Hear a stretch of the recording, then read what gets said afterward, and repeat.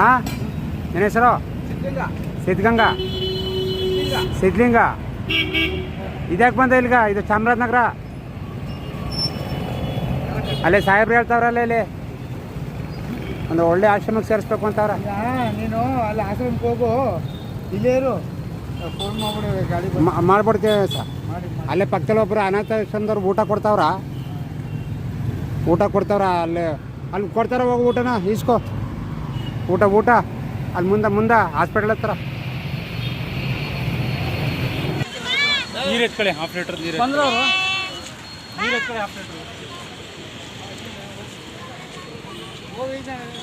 ಬಿಡಿ. ಸರ್ ಯಾವ್ಯಾವ ಊರಿಂದ ಬಂದ್ಬಿಡ್ತಾರ? ನಂಜನಗೂಡ.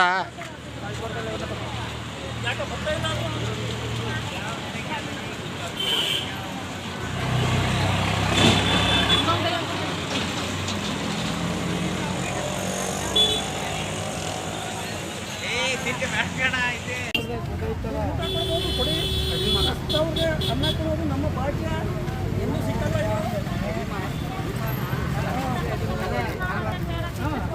ಅದಕ್ಕೋಸ್ಕರ ನೀವು ಮಾಡ್ತೀವಿ. ನಮಗೆ ಆ ಥರ ಆಸೆ ವಿಡಿಯೋ ಮಾಡ್ತಿದ್ದಾರೆ. ಆತ್ಮೀಯ ಬಂಧುಗಳೇ, ಇವತ್ತು ಚಾಮರಾಜನಗರ ಜಿಲ್ಲಾ ಕೇಂದ್ರ ಆಸ್ಪತ್ರೆಯಲ್ಲಿ ಇದು ಜನಹಜಿ ಟ್ರಸ್ಟ್ ಅಂತ ಒಂದು ರಿಜಿಸ್ಟರ್ ಮಾಡಿಕೊಂಡು ಬಡಗಳ್ಳಿ ಮಂಡಲಿಂಗಾಚಾರ್ಯನವರು ಅದ್ಭುತವಾದಂಥ ಒಂದು ಕಾರ್ಯಕ್ರಮ ಕೊಟ್ಟಿದ್ದಾರೆ.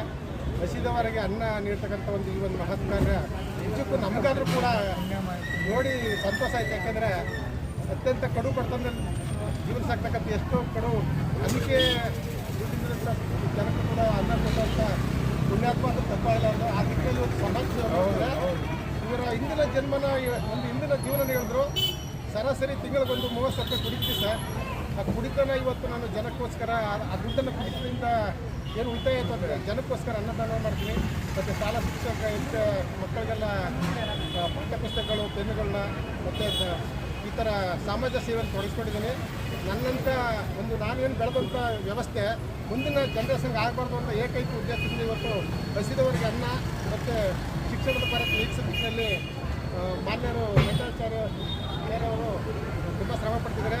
ಇವರು ಅವರ ನೈಜ ಸ್ವರೂಪನ ಬಿಟ್ಟು ಇವತ್ತು ವಾಸ್ತವ ಸ್ಥಿತಿ ಏನಿದೆ, ಒಬ್ಬ ಹುಚ್ಚಿನ ಸಮಾಜ ಯಾವ ರೀತಿ ನೋಡುತ್ತೆ ಅದರ ಆ ದಿಕ್ಕಿನಲ್ಲಿ ಇವತ್ತು ಅವರು ಘಟ ಮಾಡ್ಕೊಂಡಿದ್ದಾರೆ. ಅವ್ರಿಗೆ ತುಂಬ ಧನ್ಯವಾದಗಳನ್ನು ಸಲ್ಲಿಸುವ ಜೊತೆಗೆ ಸಾಮಾಜಿಕವಾಗಿ ಇಂಥ ಕಾರ್ಯ ಮಾಡ್ತಿದ್ದಕ್ಕೆ ನನ್ನ ವೈಯಕ್ತಿಕ ಕೂಡ ಅವ್ರಿಗೆ ಅಭಿನಂದನೆ ಸಲ್ಲಿಸ್ತಿದ್ದೀನಿ. ಸರ್ ತಮ್ಮ ಹೆಸರು?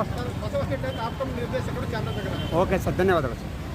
ಸ್ನೇಹಿತರೆ, ಇವತ್ತು ಚಾಮರಾಜನಗರದ ಗೌರ್ನಮೆಂಟ್ ಹಾಸ್ಪಿಟಲ್ ಒಂದು ಮುಂಭಾಗದಲ್ಲಿ ಯುವಜನ ಸ್ನೇಹಿ ಇವರು ಒಂದು ಅನ್ನ ಸಂತರ್ಪಣೆ ಮಾಡ್ತಾಯಿದ್ರು ಬಡವರಿಗೆ ಮತ್ತು ಒಂದು ಎಲ್ಲರೂ ಕೂಡ ಅನ್ನ ಸಂತರ್ಪಣೆ ಮಾಡ್ತಾಯಿದ್ರು. ಇದಕ್ಕೆ ಮುಖ್ಯ ಕಾರಣಕರ್ತರು ನಮ್ಮ ನಂಜನಗೂಡು ತಾಲೂಕಿನ ಮಡುವಿನಹಳ್ಳಿ ಗ್ರಾಮದ ಶ್ರೀಯುತ ಮಂಡಲಿಂಗಾಚಾರ್ಯವರು.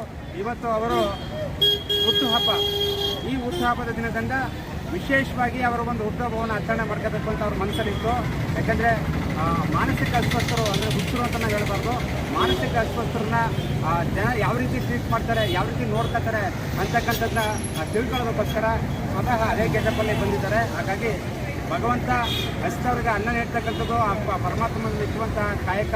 ಹಾಗಾಗಿ ಒಪ್ಪತ್ತಿನ ಊಟವನ್ನು ಕೊಟ್ಟು ಒಂದು ರೀತಿ ಮಾನವೀಯತೆಯನ್ನು ಮೆರೆದಂತಹ ಶ್ರೀಯುತ ಮಂಡಲಿಂಗಾಚಾರ್ಯವರಿಗೆ ಅಭಿನಂದನೆ ಸಲ್ಲಿಸ್ತಾ, ಹಾಗೆ ಜನಸ್ನೇಹಿ ಶಿವ ಅವರು ಕೂಡ ಅಭಿನಂದನೆ ಸಲ್ಲಿಸ್ತಾ, ಸಮಸ್ತ ಕನ್ನಡಿಗರು ಈ ಒಂದು ವಿಡಿಯೋನ ಲೈಕ್ ಮಾಡಿ, ಶೇರ್ ಮಾಡಿ, ಕಮೆಂಟ್ ಮಾಡಿ.